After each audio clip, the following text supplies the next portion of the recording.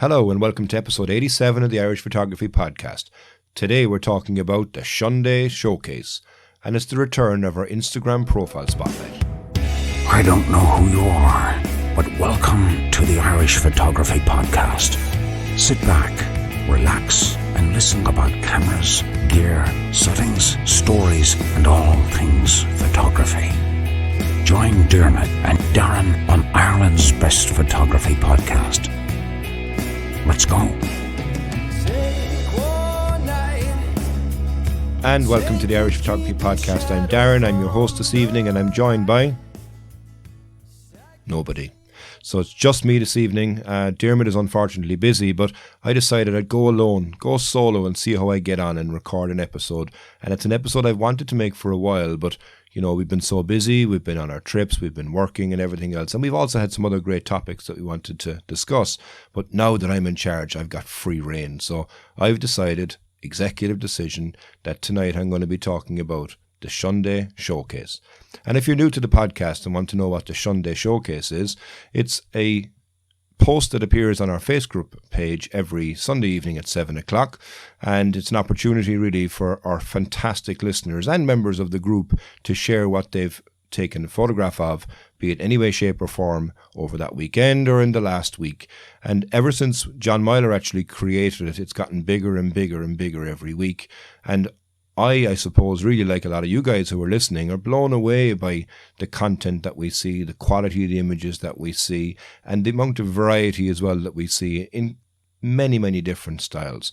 So today I'm going to pick my three favourite images from the Shunday Showcase of the February edition. So I'm going to look at the ones that would have happened last week, and I'll go through my three favourite shots really that would jump out to me. And the first one really that jumped to me was an image by a fantastic photographer, Yarrow Fagan. And it's a photograph he's taken in Coomerole. And Coomerole is in Kerry on the Dingle Peninsula. It's a fantastic beach. It's a beach that you always will have a lot of energy. And you'll always have energy coming in the water, but there in particular you can be caught out very, very quickly. So what Yarrow has managed to do here with this photograph, I think, is absolutely superb. He's captured the motion of the water that's coming in over the rocks. He's got it composed that you've got one small little stack of a rock, and I know the rock in particular, that sticks up. You've got the headland in the distance, and then you've got the sun setting as well. But the whole lot of it all comes together absolutely beautifully. And the headland actually that's there is Dunmore Head, looking out onto the Blasket Island, and it's a fantastic place to be. But you know, Yarrow is a phenomenal photographer. You know, I've known him for years with Munster Landscape Photography, but got to know him as well quite well over the years too, and he's never ceased to amaze me in regards to the images that he can get, how he will get those images, and how he tells a story within an image as well itself. When we look at this image, or when I look at this image, how he's processed the image as well is phenomenal. You know, it's a really striking image. You're into direct sun, yet he's managed to control the highlights, the shadows, the balance, the exposure time as well as perfect. And on the rocks that you see as well on the front, you just get the trickle of water that falls over the top of the rock as well, which I think is really, really nice. And it's a phenomenal image to me. And I think it was liked as well quite a lot in the group as well. So Yara, you're my first pick anyway for this week in regards to the first image from the Shunday Showcase. The second image that I'm going to pick is a very unusual image actually. It's by a guy called Patrick I hope I haven't butchered your name there, Patrick. But it's a bald eagle fishing in Iowa in the United States. And number one, from our point of view, we don't get to see bald eagles here in Ireland. I actually don't even know if there are any eagles, I suppose, still roaming. If I'm wrong, let me know in the comments on the Facebook group. But this here is a fantastic shot. He has captured a bald eagle who looks like he's just after catching a fish out of the water. The exposure time, the settings that he's used are spot on. You can see the droplets of water that are coming down from his feet. The wingspan as well on this is incredible. And the symmetry is fantastic. I mean, look, there's loads of symmetry in nature, but on this image, to be there at that point in time, to be able to get that shot and have it, okay, number one, in focus. You know, it's something that, if you remember on previous episodes, I spoke about taking photographs of wildlife, and you have to be spot on to be able to get your focus right. And here he's got it spot on. It's an incredible shot. And I do love the way the tips as well of the wings and the feathers just come out on the right hand side, and the way he's got the whole image as well itself framed is phenomenal. If I was to add one small tiny bit of a critique, there is a small bit of an artifact that's appearing up on the top right hand corner of the image, and even though it's hard to say that I'm distracted, but I am slightly distracted just by that. I think it would be a phenomenal image just without that small little piece. But yeah, well done, Patrick. An excellent shot, and well liked as well also in the group. The third image that I'm actually picking is an image by Lee Morrow. And it's an image he's taken of the International Space Station. It's a flyover, but he's got so much going on in the image, and it all comes together quite well. So it's the International Space Station. You've got Venus, you've got Coleraine to the Derry train, you got the Mausoleum Temple, and it's Downhill Beach as well. So like there's 1, 2, 3, 4, 5, 6 items in the image, and it's a nighttime image as well to be able to capture all those, obviously. But the way he's got it framed as well, I think it's class, because you've got the train that's coming in and it goes into the tunnel. Then you've got the mausoleum on the top, you've got Venus on the left-hand side, and then you've got the International Space Station just arching its way down from the top left of the frame down into the center. And I'm presuming that's lights from... Where actually? I drove on that road. I can't remember. You might tell us actually, I suppose, Lee, where that lights are. I don't think it's the moon, but I think it's probably light pollution from somewhere else. But it actually works because everything is kind of pointing you towards that. And it's, what is it? And that's making me think what it is as well. Oh, and yeah, also you've got Downhill Beach. And Downhill Beach, I visited it once when I was on a trip in Donegal. I didn't get to spend much time there because we were just passing through that area, I suppose, really, to be able to... I don't know, can't remember where we were going, but I didn't get to spend much time, like I said, but it was actually phenomenal, the compositions that you could get, and you've got this imposing architectural, I suppose, wonder, really, because you don't see them that often, but it's proud on the top of the cliff, and then, like I say, with the train as well coming along too, it can add some really nice movement if you're taking some shots like that. And I think, Lee, you've done a phenomenal job here overall, I think, because, to be able to be there at that point in time with the space station going through, with the train going through. Now, you might have done a composite, I don't know, but if you did, great. If you didn't, fantastic, because I think all the elements of the composition come together for me, and it really does, jump off the screen, really, and you want to explore more. And that's what I think a photograph to me should be. It should be telling a story. It should be inviting you in to explore more. And even when I looked at this image, first of all, I saw it as a small icon. I clicked into it to see it bigger so that it would fill the screen. And I immediately then as well went into double tap so I could see in close detail. And I need to go in close detail on the phone to be able to see how much there was and how it was all coming together. But yeah, an absolutely phenomenal image from my third choice, Lee. And, thanks very much for posting it into the group. Now, I'm on my own, so I think I can break the rules a small bit here, can't I? We said we'd pick out 3, but yeah, okay, cat's away, the mouse will play. So I'm going to pick a 4th shot. And the shot that I'm going to pick is by a kettlebell Padawan. And it's 2 Mile Gate, and it's a long exposure shot. And now I've photographed in this location, and Dermot has photographed in this location quite a lot. But what we have in this image here, I think, works quite well, because you've got a small bit of a hint of a colour on the horizon. I presume it's, obviously, I think it might be sunrise. I could be wrong, but I think it looks like it'd be sunrise. But you've got some wispy clouds as well, and the water was pretty much flat.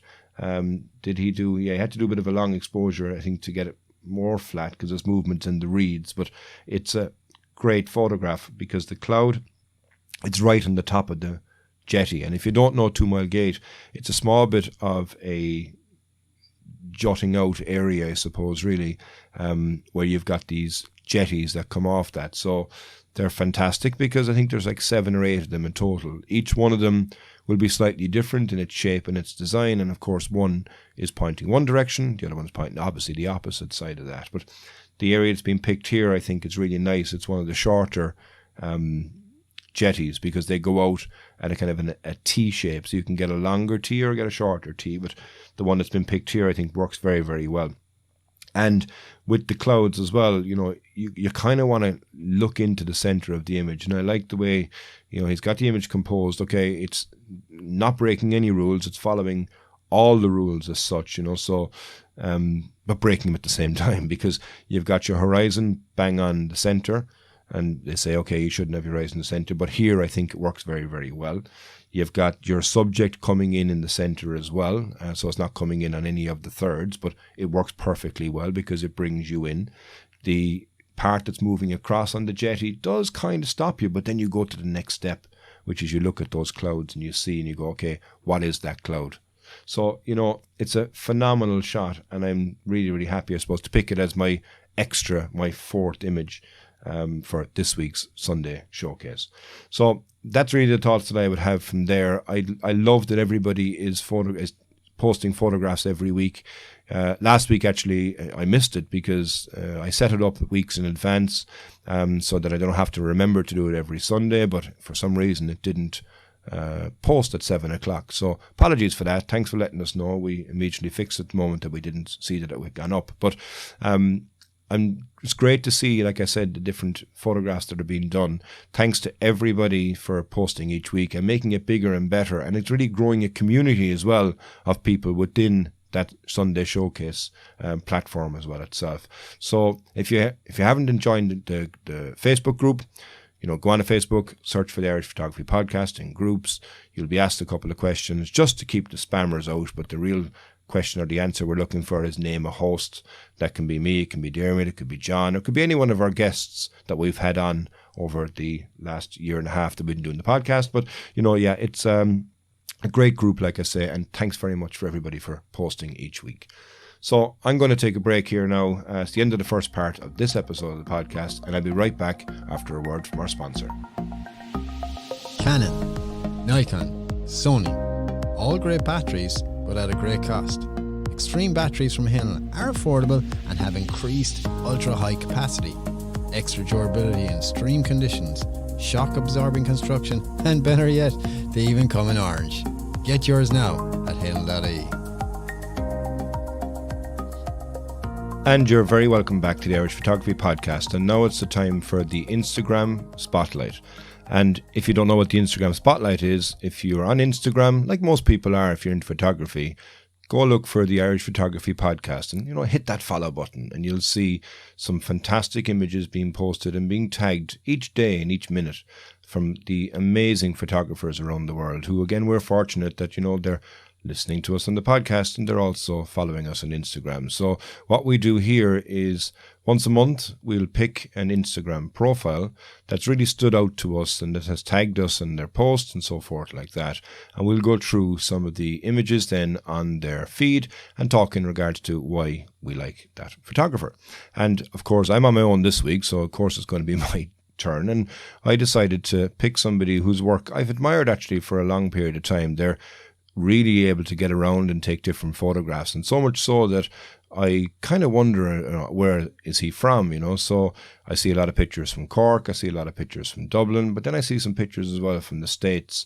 So I'm wondering, is it somebody who's from Cork living in Dublin working for somebody and moving around with work? I don't know. He might let us know who it is, and this person, their name is Jim Rocks. And Jim, thank you very much for, posting on, tagging us on your photographs on Instagram. Each time I get a notification coming through, I'm kind of excited to see what type of image that you will produce. And looking at your work over the last number of months, I suppose, really, I can see that there's a definite theme in regards to what you like and what you like to take photographs of. And I'd like to kind of break them into two different segments, if I may, really, to give you why I've picked your profile. So mainly the images that you see now from you are nighttime shots. And I really, really like the way you're able to portray a story again in the image, but even the handling and the processing afterwards is spot on. Very similar actually to Jasperov when we featured it on the previous Instagram Spotlight. I love how you're able to capture the neon effect within the night scene, and what you've done on a number of images there, really bring these off the screen to me. And one, I suppose, really that, we'll talk about most recent is that you took the Samuel Beckett Bridge, and that's a phenomenally beautiful bridge. It's well photographed, and I see lots of photographs appearing on different social media platforms of this bridge. But the image that you've taken here is you've come to I think it's the west side of the bridge, and you're looking back across over onto the convention centre. And you've got perfectly still water. The reflection is spot on, but the arch of the bridge as well looks like it's kind of holding the beautiful blue glow that we get from the convention centre. And, just the detail on the shot as well, it's very, very well exposed. You got perfectly still water. And that's one of the images I think really that, I'd liked in the last week or 10 days.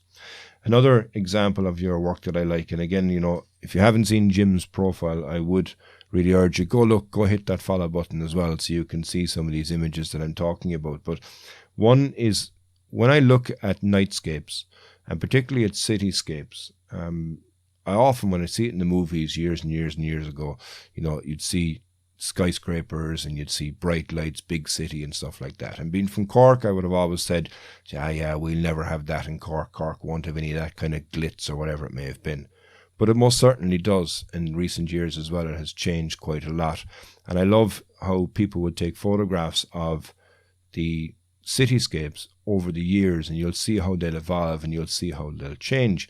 And now with the advent of the new buildings that are being built there, very similar to buildings that have been built along the Liffey in recent times, but you're getting a lot more fresher look and feel. You're getting glass frontage buildings, but you're also getting buildings that are putting lights on. And at night time, that completely changes the dynamic of what you're going to photograph. So to put it in perspective, if you cast your mind back 20 years ago, if you're from Cork or you've passed through Cork, 20 years ago you more than likely would have passed through this road. Was you'd come in Tifley, you'd drive along the river, be on your left hand side, you'd take a dog leg left, and then bang, you're on the water, and you're coming up to the end of the island, let's just say, of Cork, and you're looking over on the left hand side, and you would have seen a big R&H Hall building, you would have seen Boland's Mill, you would have seen industrial areas and such like that. Now that's all changing because all those buildings are no longer in use for the purpose that they have, so there's development happening, and it's changing on a regular basis. And if you're coming in and taking a photograph from that side anyway, currently, it's soon about to change actually on the other side if you're looking back in, because over by the railway station now you're getting a huge development that's going in there. There's some new office buildings, there's a hotel I believe going in there as well, and all that is going to reflect when you take a photograph on still water. So when I look at the image that you've taken there of Albert Quay, and I think back in regards to that curved roofed building that was there, an old warehouse that was disused for so long, and now all of a sudden you've got this building that's been built, it adds a completely different dimension, and it's going to change and also put things back in time, or in a timestamp, let's just say, of this is how it looked at that point. And when I first saw the image here, I said, wow, man, this building, like, okay, I drive past it myself quite a lot, but at night time, it's really, really bright here. They've got a colour that's on it at the moment. In the image that you have here is red, and I can see in the corner of the image as well, the City Hall as well was also lit up in red. So I know they change different colours and such like that. For Daffodil Day, they go yellow. For Paddy's Day, they go green. Can't recall what they go red for. You might let us know, Jim. But what you've taken a photograph here is one Albert Quay in, I suppose, symmetrical. There's 4 lines of lights, but you also have the street light, and you've captured the street light just in the corner of the image, and it's adding a lovely factor to the image. It's not, detracting away as well. It's actually complementing the entire image overall. So I really like that shot, but like I said, what I really like about it is that it's also documenting a timestamp, let's just say, of how city centres are changing and they're evolving, and they're still evolving like they would have done originally. Like Cork was 800 years old in 1985, so everything is built around a river, similar for Dublin, similar for Limerick. That was your main highways in the past. But now when you look in regards to commerce, it's really bringing these areas to life. And there's a massive transformation in the Dublin Docklands, and now obviously finally coming to Cork, I suppose. And the image of the Samuel Beckett Bridge with the convention centre, that wasn't there 20 years ago, so you wouldn't be able to get that photograph. So I think it's a great opportunity to be able to get some beautiful reflections, and Jim, you've done a fantastic job on that. Another thing that I like in regards to from the nighttime photography, and again going back here to the Samuel Beckett Bridge, you've got an image here, probably a bus that just turned around the corner, and you got your camera set up, but the way that it's laid out, it takes you right through the image, and I love the movement that you've captured in that. And similarly, you've got another one down in the City Hall in Cork. Again, it's a bus, but there's orange light in it, there's green light in it, there's the white lights, and then you've got the City Hall in a different colour as well in the back. And that's a very fun thing to do, and it's something I'd love to do more of, but I don't really want to go into a city centre at night, and how safe as Cork is, but even with your camera just stood there, because you'll get people coming up to you, oh, what are you doing, and stuff like that. So, I'm not in a club, so I don't go out with a group in a club, but it's something that I've often thought about doing, and I've done it actually on a couple of occasions. With a good friend of mine, John Delaney, not the guy from FAI, John Delaney, the photographer from Cork, but John's an excellent photographer, and I would have gone out in the past taking photographs with him on many different things, but we did go out a number of evenings around Christmas time to get some photographs, and it was really, really fun. But it's always good to have somebody with you just to make sure that your head's not stuck into an eyepiece or an EVF or whatever it may have been, because obviously your gear is expensive, and people will just take opportunities. But definitely something anyway that I want to do more of, but you've done a fantastic job of capturing that.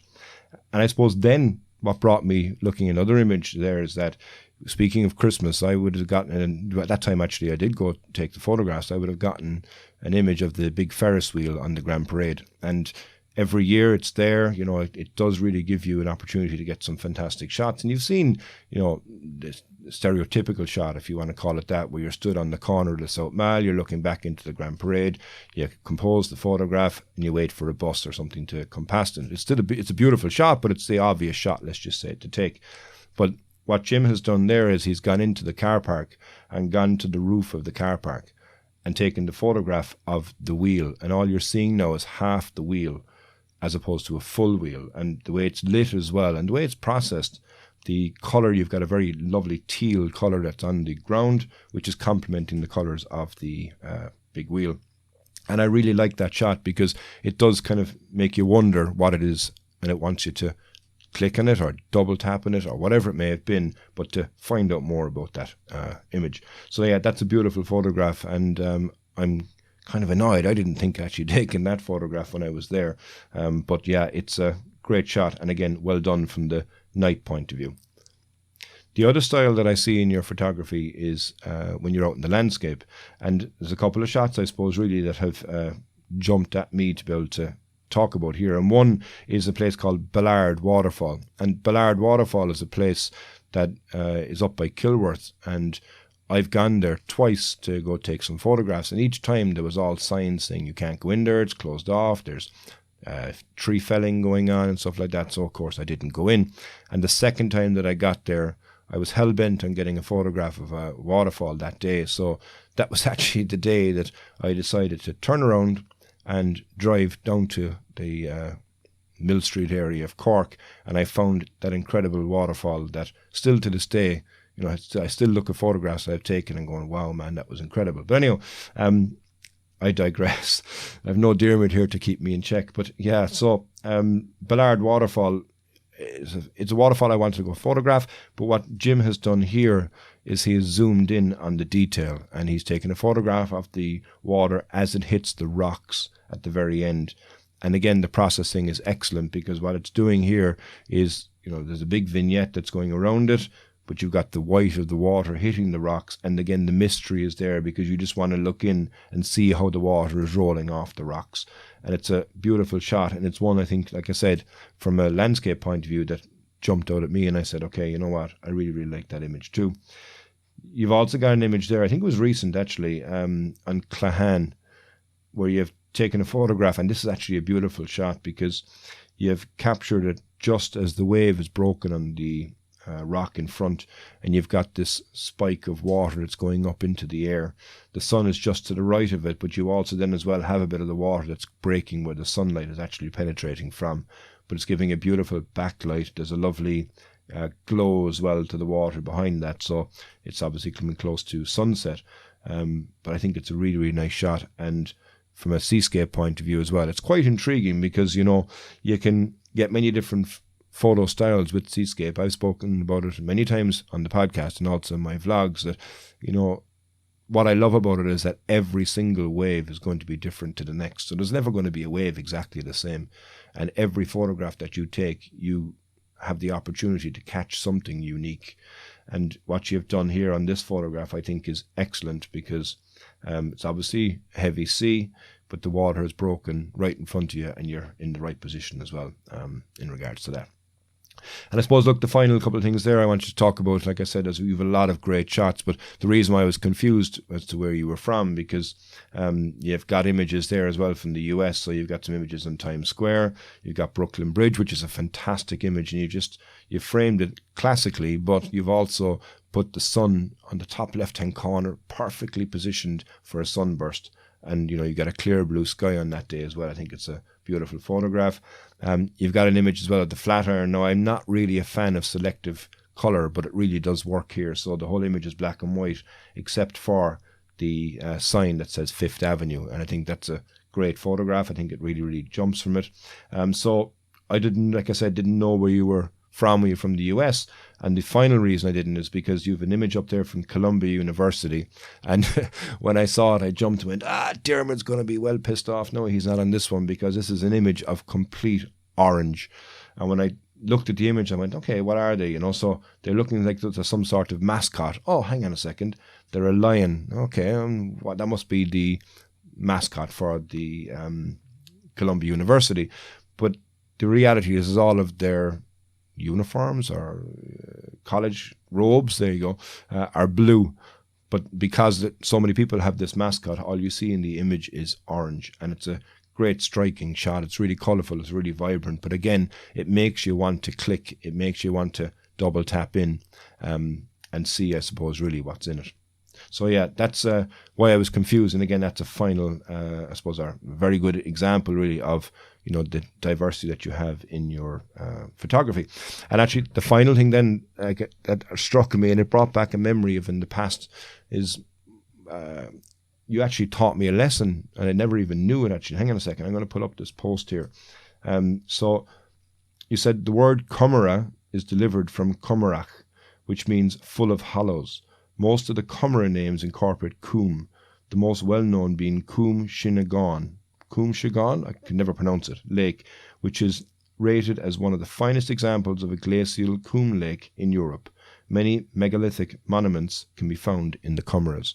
And you have an image there which is climbing up onto the left-hand side of that lake. And it brought back a memory of myself and Dermot and Kevin Foley when we went off on a crazy adventure, let's just say, to go up and not only climb up there, but camp up on the top of it as well, because we believed that we would get brilliant conditions. And we did get brilliant conditions, but it was a horrendous hike to be able to go all the way up to the top of it with all the camping gear, with all the food and everything else as well.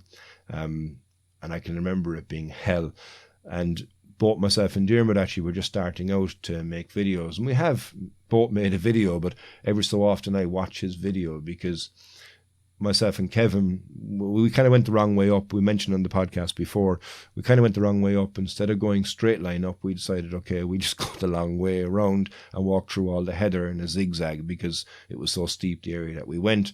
So we kind of did make it hard for ourselves anyway. But myself and Kevin were struggling, and we could see Dermot just plowing on up, and like, geez, how is he able to do this, you know? And he'd turn around and he'd go, come on. I was thinking he was just, I don't know, $6 million man or something like that to be able to go up so quick. But the reality is that, and I saw it in his video, he was absolutely as bollocks as us. but he was putting on a show when he was turning around as if he was perfectly fine. But, we were all destroyed, but it was well worth the effort of getting up there. And, Jim, that's a great photograph you've taken as well, up on the left-hand side, which is the route that we went. And just above that, actually, there's 2 sets of kind of triangle peaks. And we thought that would be the best place for us to go because it's protecting us from the whole area that you see in the vastness. So we pitched our tents there. Found it hard to find an area to get a grip for the tent pegs to be able to go into as well, but thinking that we were perfectly safe. But the reality, which we didn't realize, is that where we were was in a gap, which I believe is a natural exhaust for the winds that would blow in, swirl around the lake and go straight out the area that we were at. So I was woken up at 5 o'clock in the morning, after very little sleep, to be fair, with my legs being lifted up by the wind that was blowing in. It was coming in so strong. So, yeah, it's a phenomenal spot. It's a great place for hiking, but I wouldn't recommend it for camping. But, yeah, Jim, thanks very much for reminding me, I suppose, really, of that crazy adventure that we decided to go on. Oh, yeah, and by the way, Diarmuid's idea of sustenance was 6 cans of Budweiser and 2 packets of crisps and a Mars bar or something like that. Diarmuid, no, because he's not on, he can't defend himself. So, yeah, that's the truth. That's a true story. That's what Diarmuid went up with. But, yeah, Jim, thanks very much for, like I said, reminding us of that. So, look, that's our Instagram profile spotlight. And if you haven't followed us already on Instagram, we'd love to have you on board. If you haven't joined us on the Facebook group, we'd love to have you on board as well. But I'm going to finish up anyway this evening, because it kind of gets tiresome when you're listening to your own voice there for around 30 minutes. But I've had fun anyway. I hope you've had fun listening with me. And we'll be back to normal services quite soon, when Diarmuid is back to normal and I'm back to normal, because we're both very busy schedules at the moment. So thank you very much for listening. And until the next time, from the HQ, the real HQ now in Cork, from me, Darren Spunley, Shlong the phone. Hey guys, if you dig what you're hearing, why don't you jump over to iTunes, Spotify, or wherever you get your podcasts. Give us a 5-star rating and don't forget to share with your friends. With all that done, we'll see you next week. And remember, keep shooting.